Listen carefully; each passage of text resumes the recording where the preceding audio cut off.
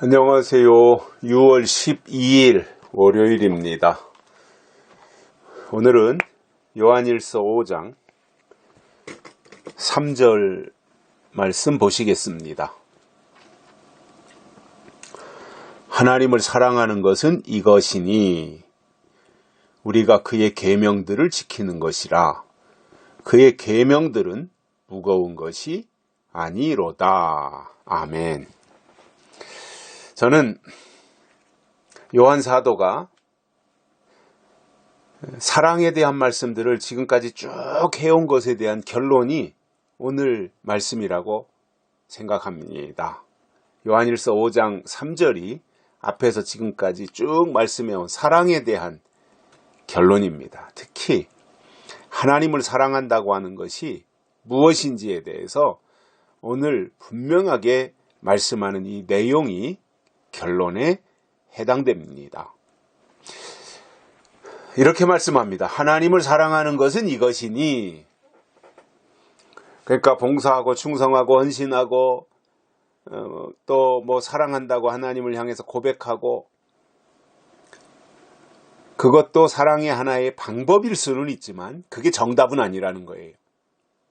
오늘 말씀에서 이렇게 말씀합니다. 하나님을 사랑하는 것은 이것이니 우리가 그의 계명들을 지키는 것이라. 하나님이 우리에게 주신 계명을 지키는 것이 하나님을 사랑하는 것이다. 그 말씀입니다. 그래서 정말 하나님을 사랑한다면 하나님이 우리에게 주신 계명을 지켜야 됩니다. 계명을 지키는 것이 하나님을 사랑하는 것이기 때문입니다. 그런데 대개 보면 사람들이 예배에 출석한다든가 뭐 주일 예배, 찬양 예배, 수요 예배, 금요 예배, 새벽 예배, 이런 예배를 빠짐없이 꼬박꼬박 잘 참석을 하고,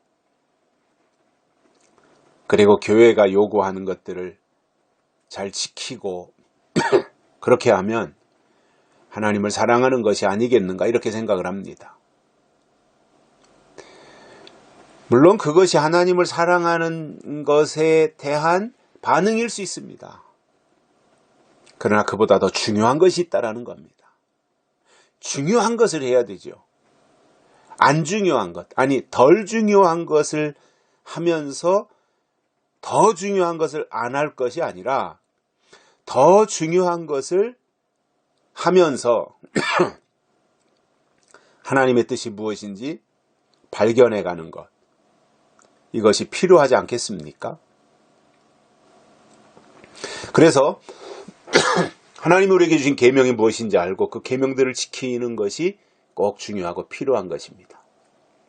그럼 계명을 지키기 위해서는 계명을 알아야지요. 하나님의 계명은 어제도 말씀드린 것처럼 때를 따라 하나님이 주셨다라는 겁니다. 구약에서도 주신 하나님의 계명이 있고, 구약이 끝나고 신약이 시작되면서 주신 계명이 있으며, 신약이 끝나고 교회 시대가 끝나고 예수님이 다시 오실 때 주시는 하나님의 계명이 있다는 것입니다. 그래서 하나님이 주시는 계명을 지켜야 됩니다. 어제도 말씀드린 것처럼 그의 계명들을 지킬 때에 이로써 우리가 하나님의 자녀 사랑하는 줄 아느니라. 하나님의 계명을 지켜야 하나님의 자녀를 사랑하는 것이고, 하나님이 주신 계명을 지키는 것이 하나님을 사랑하는 것이다, 그 말입니다. 계명을 알아야죠.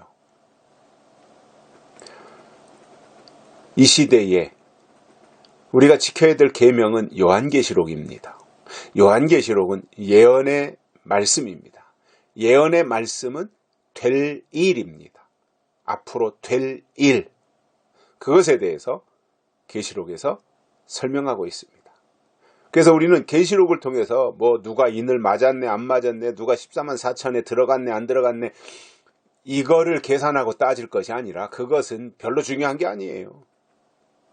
그걸 가지고 뭐 장난친 사람들도 있지만 그게 중요한 게 아니에요. 정말 중요한 것은 뭐예요?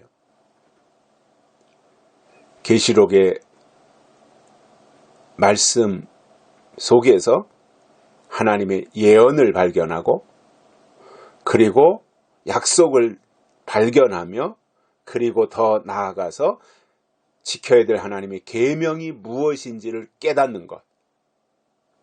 이것이 하나님을 사랑하는 것이다 그 말입니다.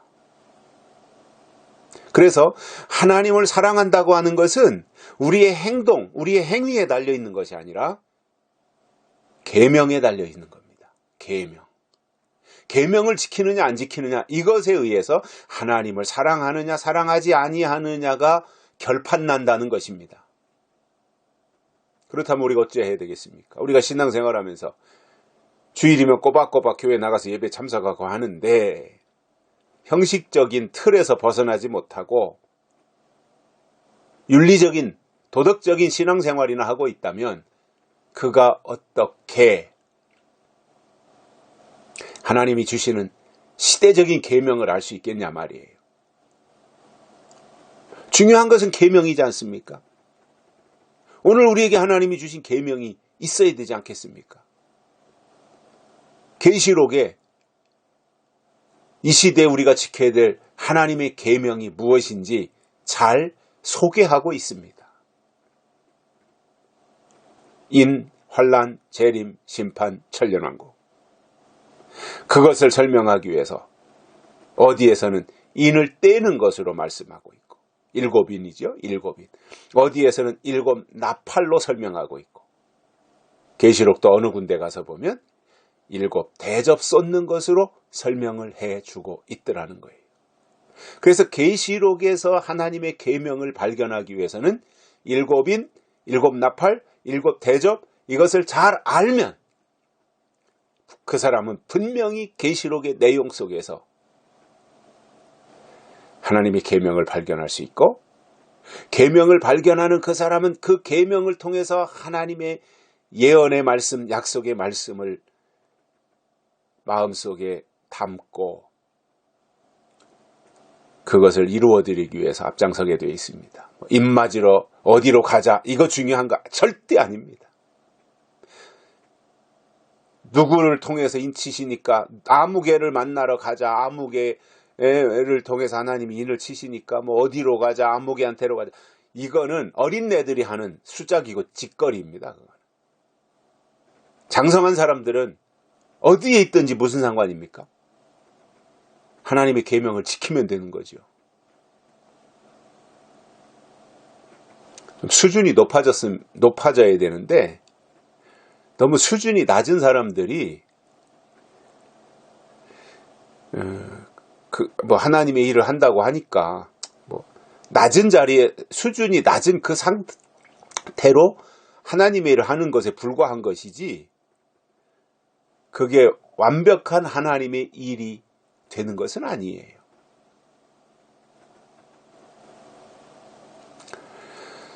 저는 계시록의 말씀을 듣는 사람들이 영적으로 성장하고 그리고 성숙해지기를 바랍니다.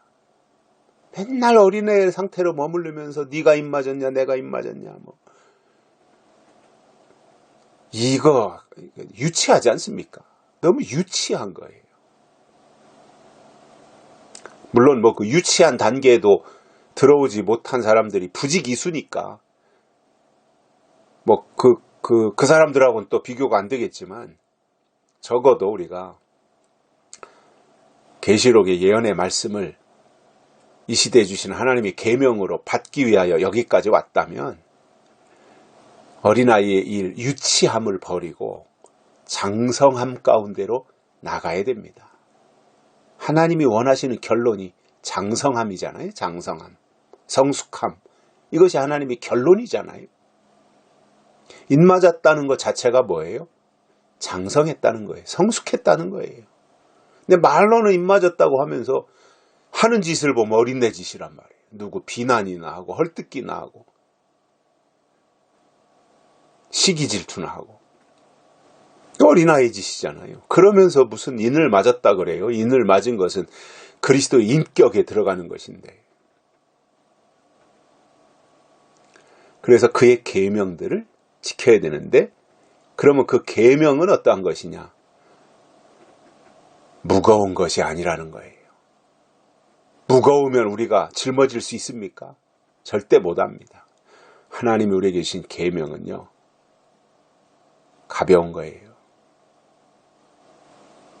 무겁지 않습니다. 예수님이 이 땅에 오셔서 주신 새 계명도 보면 간단하잖아요. 위로는 하나님을 사랑하고 아래로는 내 이웃을 내 몸과 같이 사랑하라. 이것이 새 계명이라 그랬잖아요. 계시록에서 주시는 계명도 무거운 거 아닙니다. 몰라서 그렇지 방향을 잡고 내용을 어느 정도 이해하면 그게 그다지 어려운 거 아니거든요. 계시록의 신앙을 가진다는 게 오히려 신바람 나는 일이지 무거운 멍해가 절대로 아닌 겁니다. 성장하면 다 해결됩니다. 장성하면 다 넘어설 수 있는 겁니다. 계명이 있으면 되는 거지요. 여기까지 하겠습니다. 고맙습니다.